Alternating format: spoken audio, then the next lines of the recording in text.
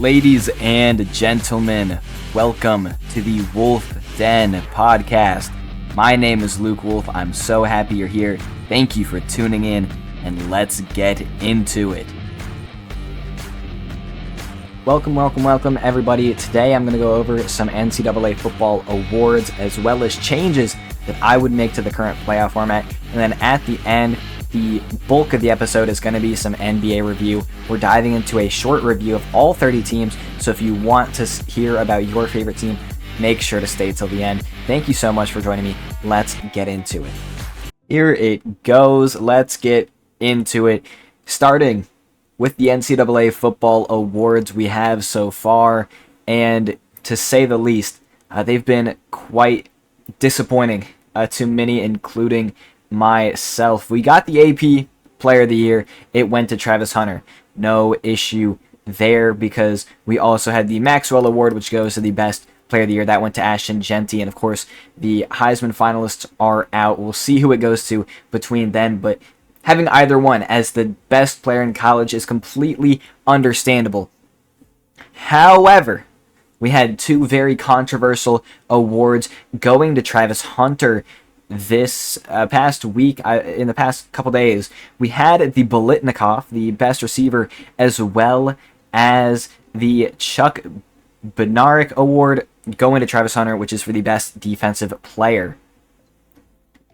These were very bad picks. These were ridiculous picks.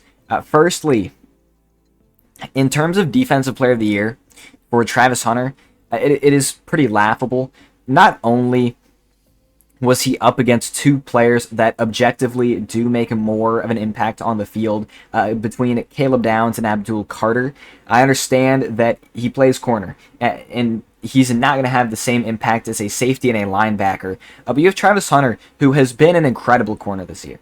Incredible. He should have been a finalist for the Jim Thorpe Award. He should be in the conversation for best corner.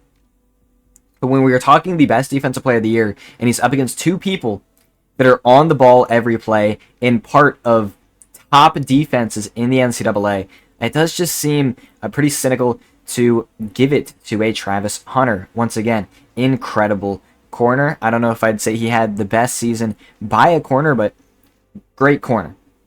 Great corner. He should have been a finalist for the best corner award. That was an issue in itself, and he honestly is better to be in the best corner than being the best receiver, which we'll get into in a second. But yeah, there's a lot of guys they could have gone with for this award outside of Travis Hunter, and giving it to Travis Hunter just seems like a very clear popularity contest. You had Kyle Kennard out of South Carolina grab the Bronco Nagurski Award, which also goes to the best defensive player of the year. Why there's so many duplicate awards in the NCAA, don't ask me, but like Kyle Kennard, a solid pick as well. But when you look at the finalists for the Chuck Bednarik, between Caleb Downs, Abdul Carter, and Travis Hunter, if you ask a coach, who do you want on your team, cutting out Travis Hunter's offensive side of the ball, you're going to hear the other two names far more than you're going to hear Travis Hunter, because not only are those two the best at their positions. Caleb Downs had the best season by a safety, and Abdul Carter best season by an edge rusher / linebacker.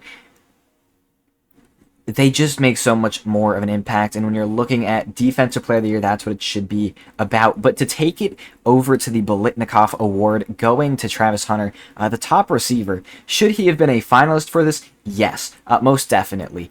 Travis Hunter has had an incredible season as a receiver, but there's just some other players that are better.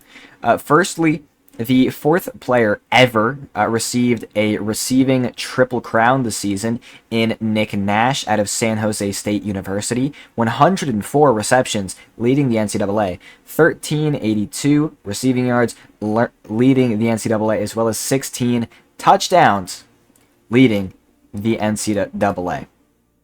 So, to me, that is one that you do have to... You have to look at it and see how impressive that is. Because, again, the fourth receiver ever to do this, I feel that it is fair to say winning a Triple Crown gets you the Biletnikoff.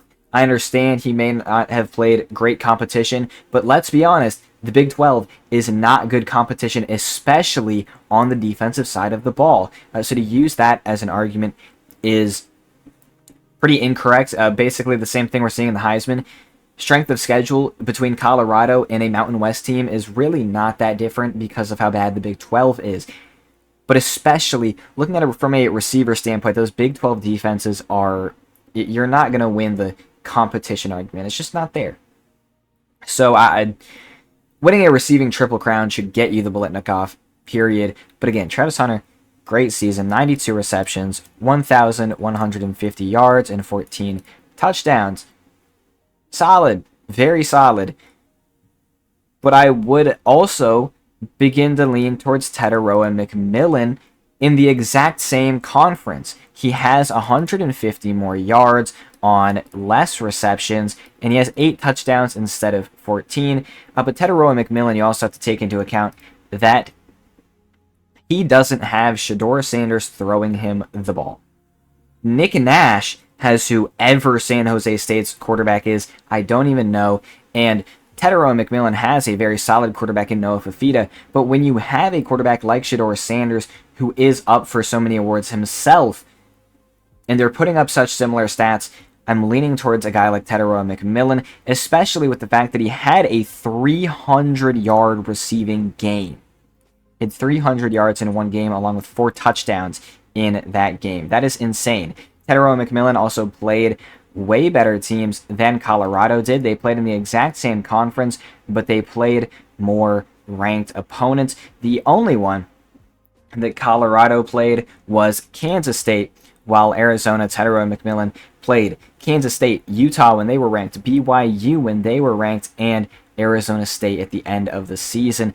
So if you want to say that Travis Hunter got it over Nick Nash because he's facing better corners, he's facing better competition, cool. But Tetairoa McMillan faced even better competition and put up very similar numbers. So Travis Hunter getting the Biletnikoff just doesn't make much sense to me. But other than that, like, most of these awards make sense. Jalen Walker wins the Butkus Award for Best Linebacker. It makes sense. Top defensive back, that Jim Thorpe Award went to Jahdae Barron. Top upperclassman quarterback went to Shedeur Sanders, while the best quarterback went to Cam Ward. Solid, right? There's solid picks here. The only other one that I think is just incorrect is the Tyler Warren winning tight end of the year with Harold Fannin Jr. there out of Bowling Green. It seems kind of weird, and Tyler Warren as a whole is probably he's definitely facing better competitions, but he's also probably slightly more impactful to his team as a whole. But Harold Fannin Jr. went out and led the NCAA in receptions among tight ends. Receptions, receiving yards, touchdowns, yards after catch, broken tackles, first downs, receptions over 10, 20, 30, 40, 50, and 60 yards, led in all-purpose yards, led in receiving yards per game, receptions per game, all-purpose yards per game, games with 100-plus receiving yards, games with 100-plus receiving yards versus AP top 25 teams. That is a lot of categories. That is a lot of statistics where Harold Fannin Jr. went out and did that.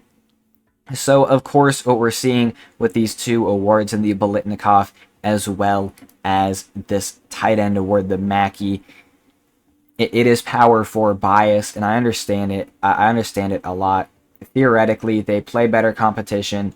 Theoretically, they're getting much more media attention. I understand that. But when you win a triple crown as a receiver, when you lead the nation in 20 categories like a Harold Fannin Jr., I think you deserve to win these awards. And when it comes to Travis Hunter, I really don't think he deserved to win either the Bednarik or the Bolitnikov. He should have been a finalist in both. He should have been a finalist in the Jim Thorpe Award, but winning them is a bit of a stretch. Now, I want to get into the NCAA playoff. A lot of people are very upset with the format of this, and anyone who was a real college football junkie understood that this format was always not going to be very good. This format was always going to have its issues, but now people are finally beginning to see it. So there's a lot of things that need to be addressed on how can we take this 12-team playoff, which is already flawed in nature, but how can we take it and turn it into a better format? I don't think adding teams, I don't think taking away teams is going to work either way, but how can we make the 12-team playoff a better product?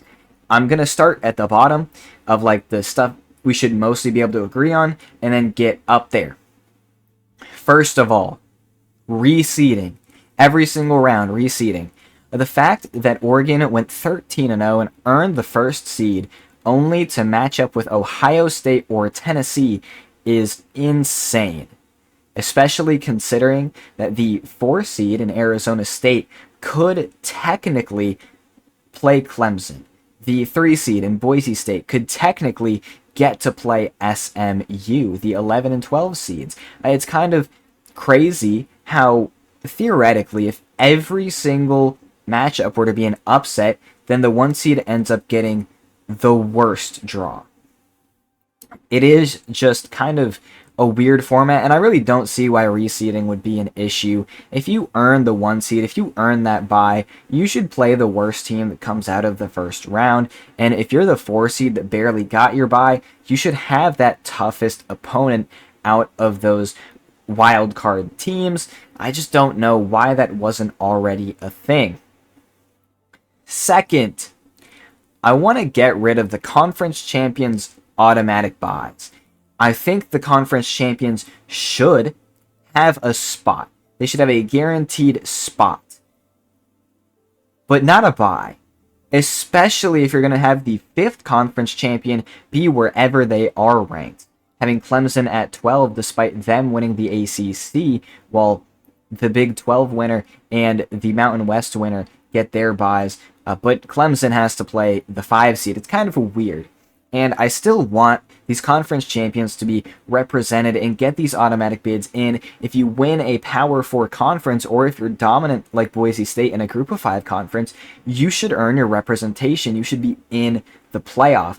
But these byes are definitely not the way to go. I think most people would definitely agree that a Texas, that a Penn State, are more deserving of a bye here than an Arizona State, than a Boise State. And if you were to reseed them and give no one an automatic bye, but give your conference champions an automatic placement, you'd end up with a bracket that just makes more sense. You'd still have Oregon and Georgia at the top 2, but then Texas and Penn State would get a bye. 2 teams that have had great seasons. You would have Arizona State down at 11. You'd have Boise State down at 9. And they're going to have to kind of fight through those higher teams. And whether those seedings are correct because of the ranking committee having its flaws, of course, I do just think it's pretty ridiculous to have these teams get a bye for winning their conference when there are just better teams that maybe didn't win theirs.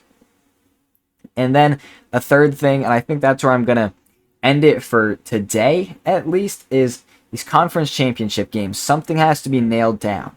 There has to be some sort of, like, this committee has to have a set of rules, a formula, something of that nature to nail down who makes the college football playoff.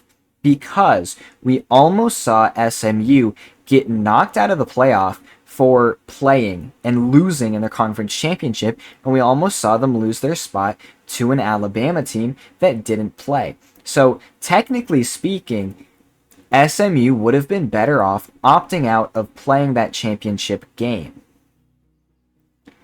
I do not want that to become a reality. I don't want teams backing out of conference championships because they want to make the playoffs. That sounds ridiculous. It sounds insane. So you have two options. You either nail down the fact that if you are already slated to get into the playoffs and you lose in your conference championship, you cannot be booted out. That's your first option. And that's probably the way it should go. Or two, you get rid of conference championship games, and nobody wants that. The thing is, for this format, it may end up being necessary. Because, again, you cannot punish a team for making the conference championship and losing when there is a team rising that just didn't play. No one wants to see the conference championship games go away. We all want to watch the SEC championship to find out who the SEC champion is. We all want to watch the Big Ten championship to find out who the Big Ten champion is. We don't want those games taken away, but if they continue to have these controversies with the selection committee, it may end up being a reality that they have to do so. So hopefully, what they can nail down is if you are in position to make the playoffs, which they already do their selection shows for the 4 weeks leading up to the playoffs, which is possibly an issue in itself, but they already do that. So if you're in position to be in that bracket and then you lose your conference championship game, just have to nail down that those kind of teams, those situations, will never result in that team losing their playoff spot. And I think that's the right way to do it. Now, got through some NCAA football, got through some thoughts about awards, the playoff. We're going to hop into some NBA discussion because we haven't had that in very long. And basically, I'm just going to go through all 30 teams and give a minute and a half little analysis of them. I want everyone's team to get talked about, especially since we're not diving very deep into the NBA just yet with the NCAA and NFL seasons in full swing. We're going to start it off in the Eastern Conference. We're going to go bottom to top, and then we'll take it to the Western Conference, starting with the 3-19 Washington Wizards, the worst team in the league with a historically bad showing this season. The point differential is currently negative 16.2 for the Wizards. And the thing with the Wizards is that you look at their stats, and they're not awful. The rookies, the young players are all showing up decently. They're all playing all right, but no one's really taken a huge step forward. At the end of the day, there's only so much you can expect from a team whose best players are Jordan Poole, Kyle Kuzma, Jonas Valanciunas.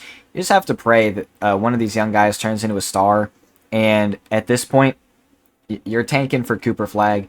Unfortunately, this Washington team does seem unsavable.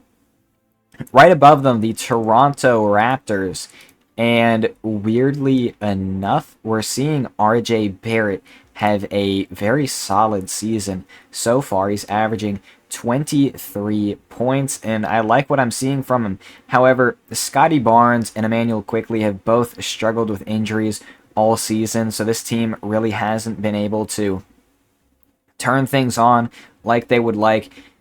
But so far, I am liking what I'm seeing from RJ Barrett, and I'm liking what I'm seeing from the sophomore Grady Dick. This team has I wouldn't say bright future. I would not project that right now because this team does still seem like a bit of a mess. But Scotty Barnes, we know how good he can be, and seeing RJ Barrett take a step forward is very promising for their future. Another team that's going to have to make a big splash in the upcoming NBA draft and probably not buy in and try to get that play-in spot this season. Then we have the 7-17 Charlotte Hornets, and it's really disappointing out of Charlotte. LaMelo is averaging 31 points as well as 7 assists, and Brandon Miller is out there averaging 22 points, and he's playing good defense. What is the issue here? The issue is quite literally everyone else. A lot of it is injuries. There have been injuries to Miles Bridges, Nick Richards.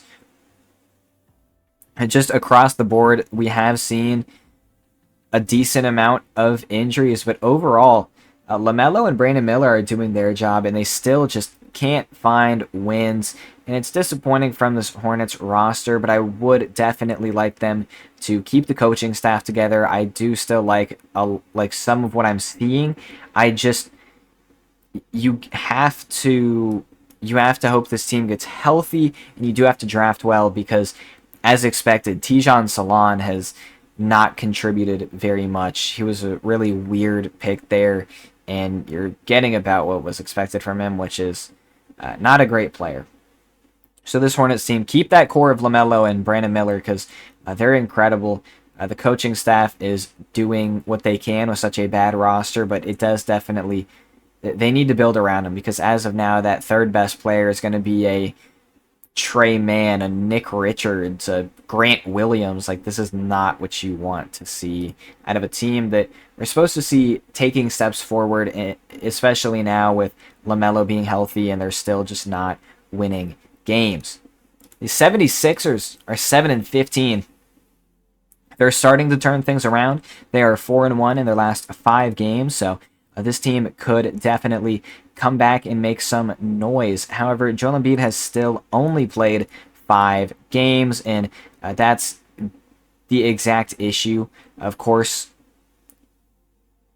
like they need Joel Embiid to succeed, as well as Paul George to step up his game some. But what we are seeing from Philly that a lot of Philly fans are liking, I'm personally enjoying, is Jared McCain has looked great. That has looked like an incredible pick for the Sixers. If you can really get this team healthy, get this team working together, working cohesively, having that Tyrese Maxey, Paul George, Joel Embiid, big three in the starting lineup, and then bringing a Jared McCain as a spark plug off the bench, this team could definitely make some noise. I just need to see, of course, the health, and I need to see better coaching and a better version of Paul George. Then we have the 10-16 Pistons at this 11th seed, right outside of the playoffs. And look, Cade Cunningham, all-star. Cade Cunningham has to be an all-star.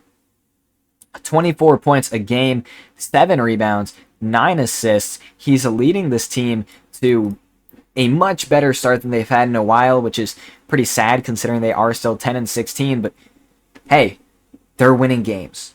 This is a Pistons team that struggled a lot last season. And, you know, I'm sure they would have loved to start last season off at 10-16.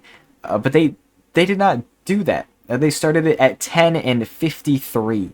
So I'm sure they are fine with getting 10 wins in December rather than getting 10 wins in March.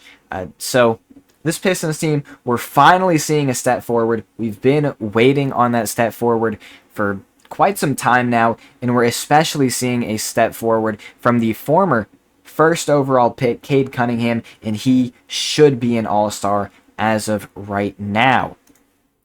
Then we have the Chicago Bulls at 10-15, barely in the play-in. This is a weird team. But we are seeing Lonzo Ball. When Lonzo played, Lonzo Ball makes this team so much better. But he is injured once again. We're seeing Kobe White continue what he did last season, as well as Ayo Dosunmu. They're both continuing to take their steps forward. But what's really propelling this team to their current record is the fact that Nikola Vucevic looks rejuvenated. I don't know where it came from, but he's averaging 20 points as well as 10 rebounds. So getting that out of a Nikola Vucevic that is 34 years old, it is pretty crazy. Josh Giddey, not doing great, doing better than expected. He's coming in, he's 12 points a game. He's leading the team in assists. He's being a solid facilitator. He really just needs to nail down that defensive side of the ball because as of right now, he is a liability on that defensive side of the ball. The Indiana Pacers are the 9 seed at 10-15 as well. And this team has been extremely disappointing to me. It's not going to show because, again, they are the 9 seed, which isn't awful. But Tyrese Halliburton, he's averaged 35 minutes a game and only 17 points and only 8 assists. It's pretty disappointing from a player of his caliber jumping up into those top 5 point guard conversations to fall back down like this so badly. There's not a single player on the team averaging more than 20 points. However, we are seeing 6 people with over 10 as Obi Toppin and TJ McConnell have been essential parts off the bench. Pascal Siakam still doing his thing. He plays solid defense. He gets some boards. He puts up 20 points. And Ben Mathurin, a player that I did have on that watch list for most improved player, Ben Mathurin, he is looking very solid. If Tyrese Halliburton could go back to playing the way he was last season, this team could be not only in a set playoff spot in one of those top 6 seeds, but they could honestly be a top 4 team in the East the way this conference is going. But Tyrese Halliburton has been disappointing, as well as the defensive side of the ball not being great from Tyrese Halliburton or anyone for that matter. At 8, a surprising team. The Brooklyn Nets are currently the 8th seed at 10-14. Still a bad team, still a 10-14 team. It is pretty wild that if you were 500 over in the Western Conference, you would be the 12th seed. But we have a 10-14 Nets team at the 8th seed in the East. But it's pretty crazy how they've got here. Cam Thomas, he's averaging 25 points a game. Cam Johnson lighting up the scoreboard, as well as Dennis Schroeder. They're both averaging 19 points a game out of absolutely nowhere. And honestly, what I'm seeing from this team that I like a lot is just the fact that they play in such a fast pace. They completely understand that when they go out on that court, they have nothing to lose, and so they just play basketball. They're not making any stupid mistakes. They're kind of just going with the flow of the game every single time, and I'm liking it. The new coach, Jordi Fernandez, has done a very, very solid job with this team, and they already have more wins than they should. This is a team that can go toe-to-toe with anyone in the league. If there's a trap game, a game you should be scared of, it is the Brooklyn Nets, because a guy like Cam Thomas can go for 40 any given night, and when Dennis Schroeder and Cam Johnson are playing the way they are, this is a hard team to beat on quite a few nights. At 7, the Atlanta Hawks, 14-12. Kind of expected, because this is very close to being 500. What I'm liking is I'm seeing Trae Young really just, like, people forget about Trae Young. Honestly, people forget about him. And he's also, in a way, it's not great, but he's stepped up his defense some just by putting in more effort on that side of the ball. We see him with 12 assists, 21 points. Meanwhile, Jalen Johnson breaking out as expected, 20 points a game, 10 rebounds a game. Love what I'm seeing from that. But Dyson Daniels has been the unsung hero of this team. He goes out there and he's a defensive menace. He gives you 14 points too, but that's not why he's on the floor. He has 3 steals a game, and I swear, watching him play, he deflects the ball about a million times per 5 minutes. This team definitely, I want to say taking a step forward, but this is a team that hovers around 500 every single season, and if I'm an Atlanta fan, I'm probably sick of seeing this, and I would love to see either a step forward or even a step back at this point, because sitting in mediocrity is not what you want to see. Then you have the Milwaukee Bucks at 6. They are revived. They have gone 8-2 in their last 10 games, and as expected, Giannis is looking ridiculous, averaging 33 points a game. Dame is looking ridiculous with 26 points a game as well as 7.5 rebounds. Meanwhile, Bobby Portis, Brook Lopez, they're putting in their part. And overall, this team, they're just... This is a team that I wasn't a fan of, and when they began to drop so many games, I was on that train of they're done. They're done. This experiment is failed. The Damian Lillard, Giannis experiment is a complete failure.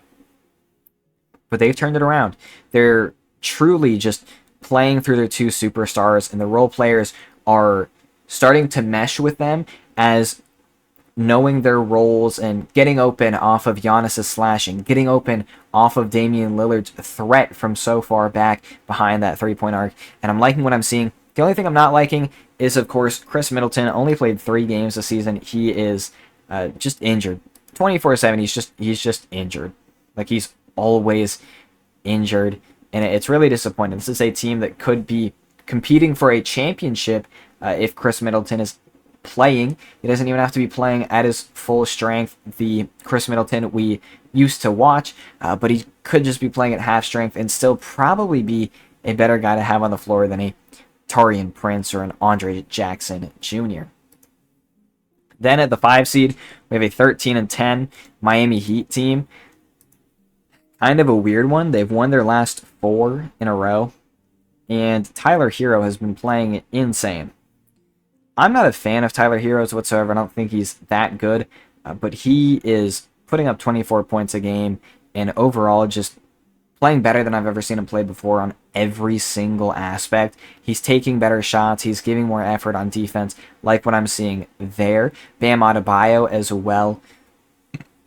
Already a Defensive Player of the Year caliber defender, but he's out there giving you 16 points and again, just playing smart. He's playing in Eric Spoelstra's incredible system, and it's working.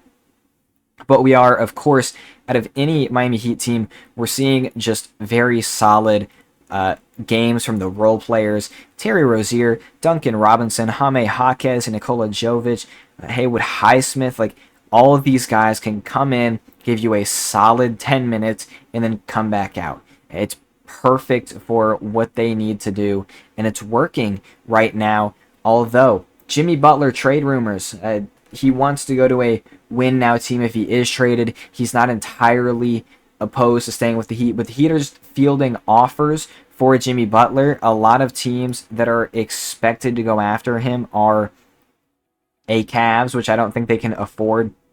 But yeah, the Cavs, the Warriors, the Rockets, the Grizzlies, even the Lakers. So there's a lot of interesting places he could go. I don't really see him leaving Miami, though, because it seems like we have this same conversation every single season. But at number 4, the 15-10 New York Knicks, and they've got a little bit lucky with how bad the rest of the conference has been, because their kind of meshing period took much longer than expected.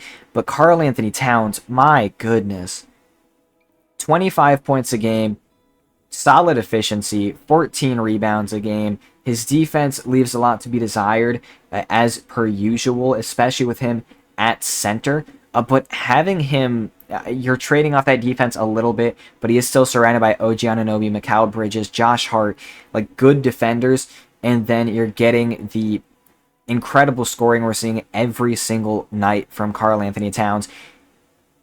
It's beginning to look like New York won that trade in a landslide. Jalen Brunson still could settle in a little better with his shot this season, but still averaging 25, and he's facilitating. He's facilitating better than he did last season with Mikal Bridges on the team, with Karl Anthony Towns on the team, and it's working. Josh Hart, Mikal Bridges, OG Anunoby, all going out there giving you 15-ish points a game, looking solid, and Miles McBride is a perfect guy off the bench to come in and give a little bit of a spark. So this Knicks team, I really like them. I still think they're a championship contender, especially in the East.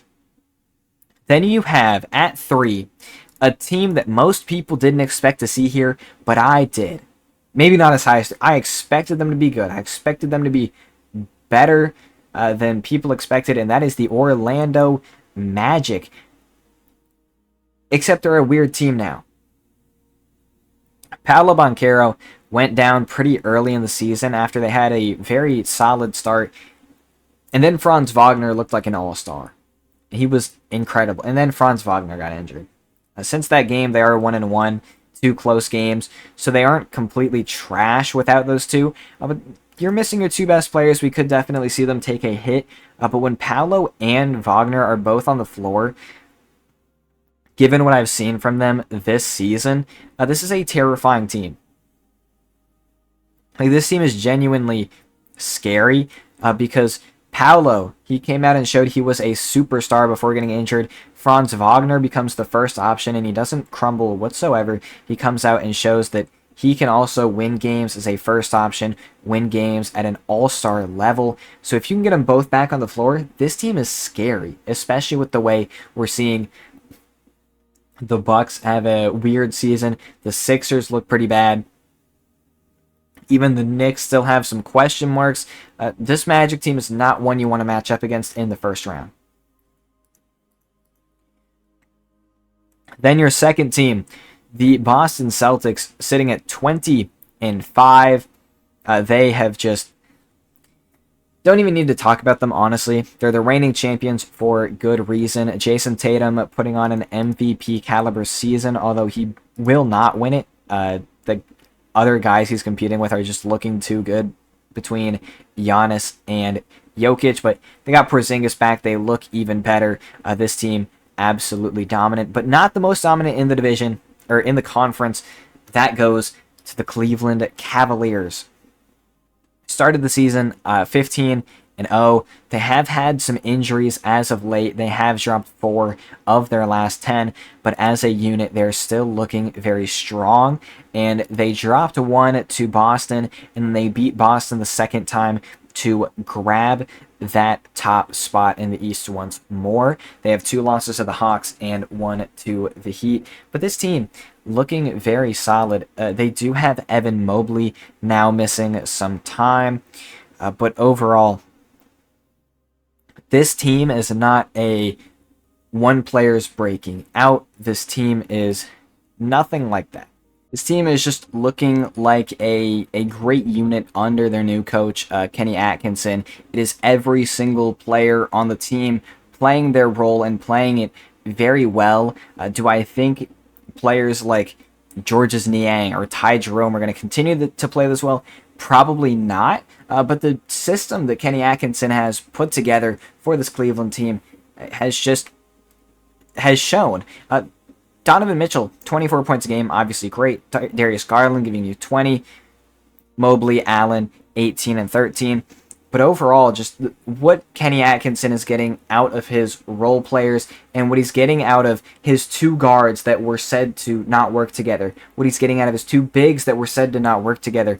He has taken this team that looked like they didn't mesh. It was a team that I said, these guys didn't work together. I agreed with what people were saying, and Kenny Atkinson took his pieces and has built a great system. This Cleveland team, probably the best coached in the entire NBA, and they're still absolutely rolling. But let's take it to the Western Conference, starting with the bottom team, the New Orleans Pelicans. This is a team that I expected to make the playoffs. This is a team with a minus 11.5 point differential, and they are 5-21. And their last 10, they are 1-9. This team's bad.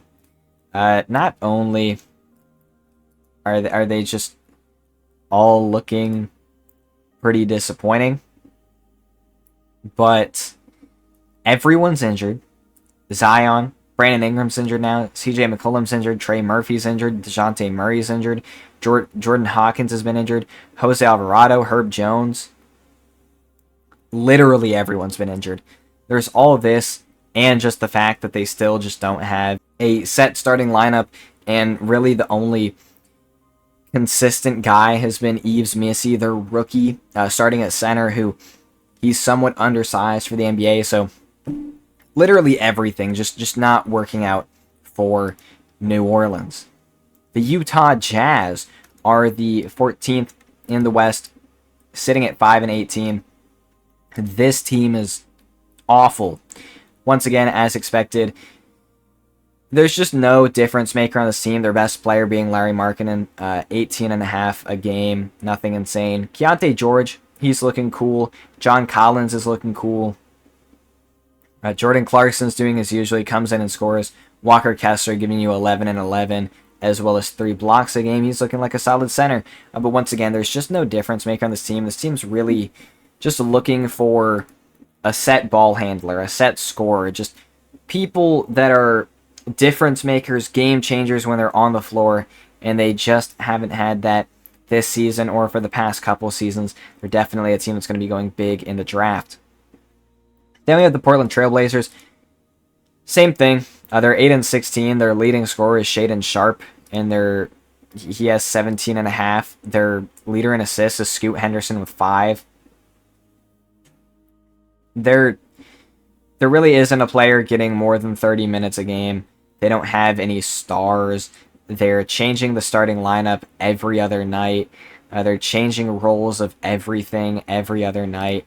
I kind of wish they would just give these players like an actual chance to learn their role and improve at their role, but Chauncey Billups is probably the worst coach in the NBA with a bad roster on top of it, so it's not great over there.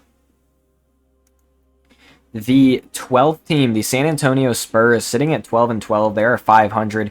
Victor Wembanyama has looked very strong. Chris Paul has proved to be a solid acquisition, but overall, they still just don't have a real number 2 alongside Victor Wembanyama. Devin Vassell and Jeremy Sohan have dealt with injuries this season, but then you look under Wemby, you have Vassell, Sohan, Keldon Johnson, Julian Champagnie, Stephon Castle, Harrison Barnes. You're just not seeing a secondary star, and it seems like in the NBA now, you do really have to have that secondary star, especially on the offensive side of the ball, especially in the West. There's not a single team in the West that is above the Spurs whose second best player is not better than Jeremy Sohan, Keldon Johnson, etc. You have to have someone else because teams are just swarming Wemby. He's the only player they need to worry about, and it shows. Sacramento, they're also 500. They're 13-13. Another weird team. De'Aaron Fox is looking solid. Domantas Sabonis is looking solid. DeMar DeRozan is looking solid. Malika Monk is looking solid. Everyone else, not so much. And that's been the issue so far. That has been their biggest issue this season. A lot of it just, they have a positive point differential. A lot of it just seems like they can't close out games sometimes. They're losing a lot of close ones. They're just a team that, when they're hot, they're pretty hard to stop. But when they're cold, when they're not shooting well, they're not a team that can play themselves into the game with their defense. DeMar DeRozan and De'Aaron Fox, not awful defenders, not great defenders. Same thing can be said about Domantas Sabonis. They have a couple guys that are great defenders, but they're on and off the floor. Keon Ellis, players like that. So the Sacramento team, I do still think they'll make the play-in. I do like this team a lot. They're just, they're still kind of gelling with the DeMar DeRozan acquisition and his big part within the offense. The Phoenix Suns sitting at 12-11 with the 10 seed. This team's kind of weird. They lost Kevin Durant as well as Bradley Beal, so they're kind of fighting through adversity right now. But when Kevin Durant was playing an MVP level, when Bradley Beal was playing, he was playing much better. Coach Bud, Mike Budenholzer, has changed this team, most definitely. He just needs Durant and Beal on the floor, and I do actually think this team can be what we expected them to be last season. Not the unstoppable super team, but the at least competitive team. The team that we wanted to see, where the correct roles are being played by like a Royce O'Neal, a Grayson Allen, a Josh Okogie, players like that, finally just doing what they need to do instead of the poor role playing we saw earlier. We're also seeing Ryan Dunn, the rookie. He's playing very nice on-ball defense, and his shooting splits aren't as bad as what was expected from him. So Ryan Dunn definitely looking like a solid back of the first-round pick for Phoenix. The Timberwolves are at the 9 seed at 12 and 11, and they've been kind of disappointing. We still haven't seen Dante DiVincenzo really figure out his role. He's not starting. Julius Randle, another weird player. He's scoring. His efficiency isn't awful. Like, Julius Randle has not been bad whatsoever. This is just a really weird team, and it comes down to, if you watch the games, you can even just look at the stats, but this team, what they were missing was a passer, was a playmaker. They went out and got Julius Randle and Dante DiVincenzo because they wanted to space the floor. They did not need floor spacing, they needed passing. Anthony Edwards has been shooting the lights out this season, but the leading guy in assists is Mike Conley with 4. You got to have a facilitator on this team, and that's what they're missing. But as per usual, very strong offense, very strong defense. But when they run into a strong defense, they have a very hard time getting around it because they don't have that facilitator. They have one of the best defenses in the league in terms of points allowed, but in terms of team points per game, they are one of the lower teams in the entire league, and it's showing in their record. The Lakers started really hot, but we're kind of seeing them fall. LeBron James has actually been struggling the past couple games, but LeBron is still a great player. Anthony Davis started at an MVP level this season. Not quite there, but he is still playing very well. 27 points a game, 11 rebounds a game. He's playing Defensive Player of the Year level defense. This Lakers team has a lot of pieces, can still be successful. Definitely need LeBron to just, be LeBron, which who knows how much longer they have of that, but pretty much everyone's been performing. It does just come down to, like, outside of your best players, you don't have much. Because you have Anthony Davis, you have LeBron James, you have Austin Reeves, and then D'Angelo Russell, Rui Hachimura, and specifically Dalton Knecht haven't been playing too bad. But after that, you're asking for 20 minutes of Max Christie, Gabe Vincent, and Cam Reddish, and they're just not good enough to win games with. That's the unfortunate piece for the Lakers. They have to get stronger role players. They thought they were doing that with Gabe Vincent, and he's been awful. Then at 7, the Denver Nuggets. Nikola Jokic is averaging 32 points a game, 14 rebounds a game, 10 assists per game, and 2 steals per game. And this team still struggles to win. It's rough. Even Russell Westbrook is playing well. But outside of their top 6 players, Jokic, MPJ, Murray, Brown, Gordon, and Westbrook, it's trash. It is trash. It is Julian Strawther and Peyton Watson. It is trash. This is what happens when you let players like Bruce Brown, like Kentavious Caldwell-Pope go. Not only do you let them go, you don't replace them. And we're even seeing, like, they could use a Reggie Jackson right now. That's how bad it is. Their role players are just bad because they wanted to be stubborn. They wanted to say, we have Jokic, this team is fine. We lost 3 of our best role players over the past 2 seasons. We don't need to replace them. We'll be fine. It's showing. They're not fine. They're 12 and 10 with Jokic playing basketball at a level of the best player in the world. He's going to win the MVP. And they're behind the Clippers. Yeah, front office got to get players around Jokic to fully maximize all that he brings. Meanwhile, the Clippers here at 6. Very surprising. Very surprising. Will it last? No. James Harden continuing to be the very solid regular season player we know. 22 points a game, 9 assists. Norman Powell is scoring 24 points a game. So, cool.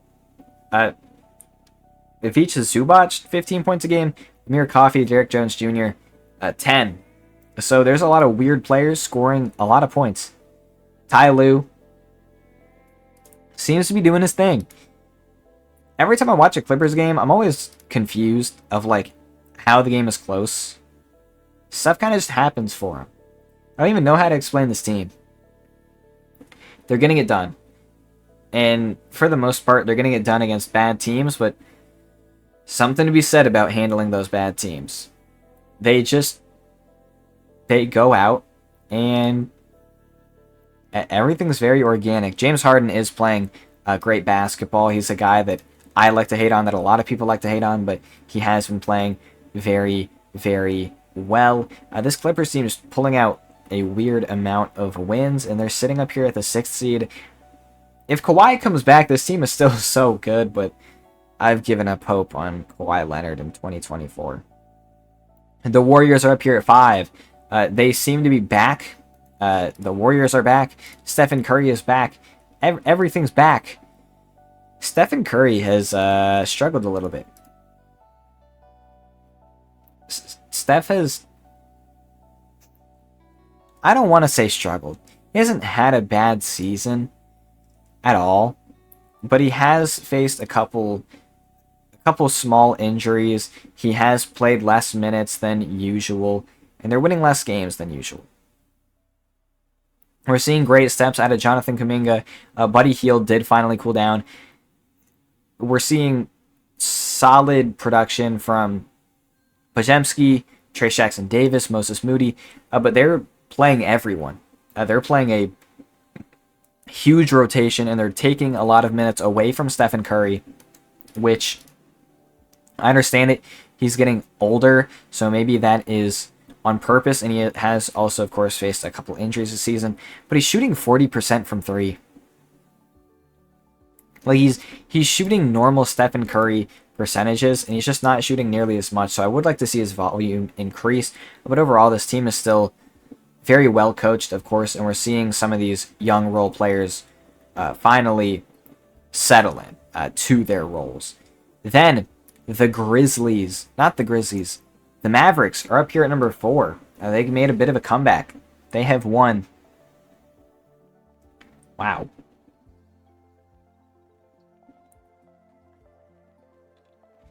They have won 11 of their last 14. Believe, yeah. 11 of their last 14 games. No, 11 of their last 13 games they have played. They have won. Luka, everyone was kind of, what happened to Luka? I thought Luka was going to be in the MVP race. Guys, Luka does this every single season where he starts off a little slow because he was in the hookah during the offseason. And yeah, now he's averaging 28 points a game, 8 rebounds, 8 assists, 2 steals out of nowhere. Yeah, he's still Luka Doncic at the end of the day. Kyrie, looking solid. Klay Thompson, looking solid. PJ Washington, Daniel Gafford, Najee Marshall, Derek Lively, Quentin Grimes, just like all these guys who benefit from having 2 great playmakers in Luka Doncic and Kyrie Irving. It's showing. I love this team. I still think they're a championship contender.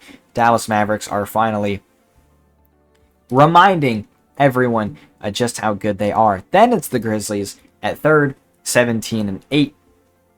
Another team that started off pretty slow. Another team that people were kind of questioning. This is a team that I have a lot of hope in. Ja Morant, he's back on the court consistently.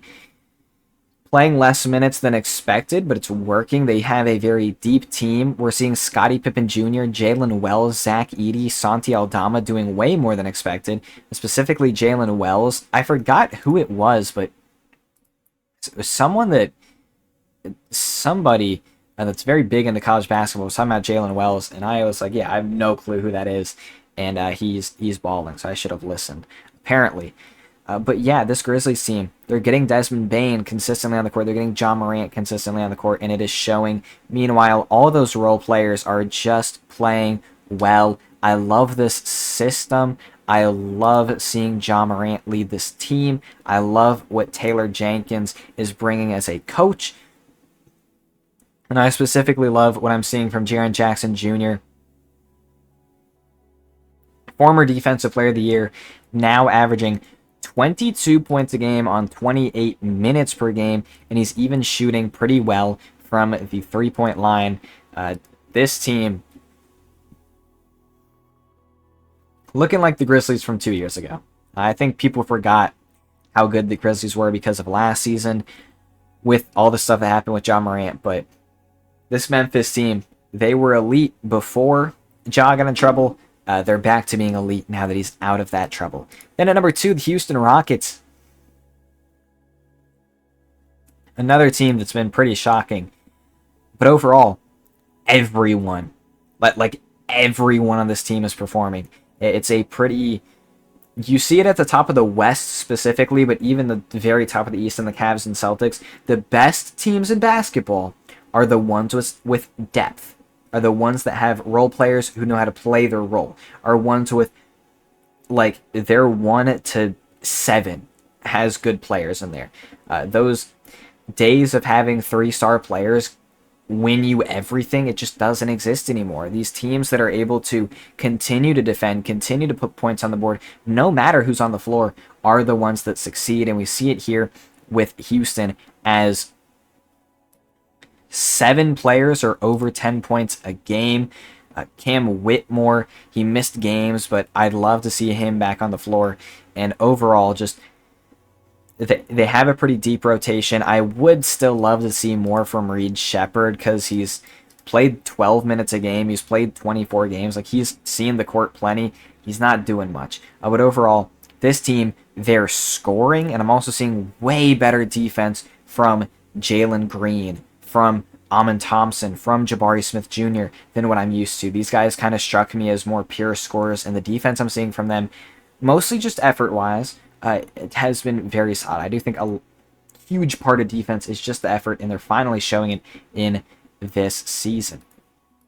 Then the OKC Thunder, the last team we're talking about today, the number 1 seed in the West, the 3rd seed in the league. Shea's averaging 30. Jalen Williams is averaging 22. Holmgren and Hart and Isaiah Hartenstein looking great down low, even though they've missed a lot of games. Hopefully they can stay healthy. This Thunder team, the best in basketball, the best constructed in basketball, the most talented if they can stay healthy. And they're showing that because they're healthy right now and they are rolling. This Thunder team, not enough good I can say about it. And Shea is playing at an MVP level. And if the Nuggets continue to lose as much as they are, he may actually win it. That is all I have for today. We're going to get into more NBA once these football seasons end, but as of now, getting so far in depth with the NBA is pretty rough. But thank you for watching. I'll see you in the next one. Ladies and gentlemen, thank you so much for tuning into this episode of The Wolf Den. If you're on YouTube, make sure to hit that like button and subscribe if you haven't already. For those of you on Spotify, make sure to follow the show and rate it 5 stars if you enjoyed it. Thank you guys for listening to this episode, and I hope to see you next time on The Wolf Den.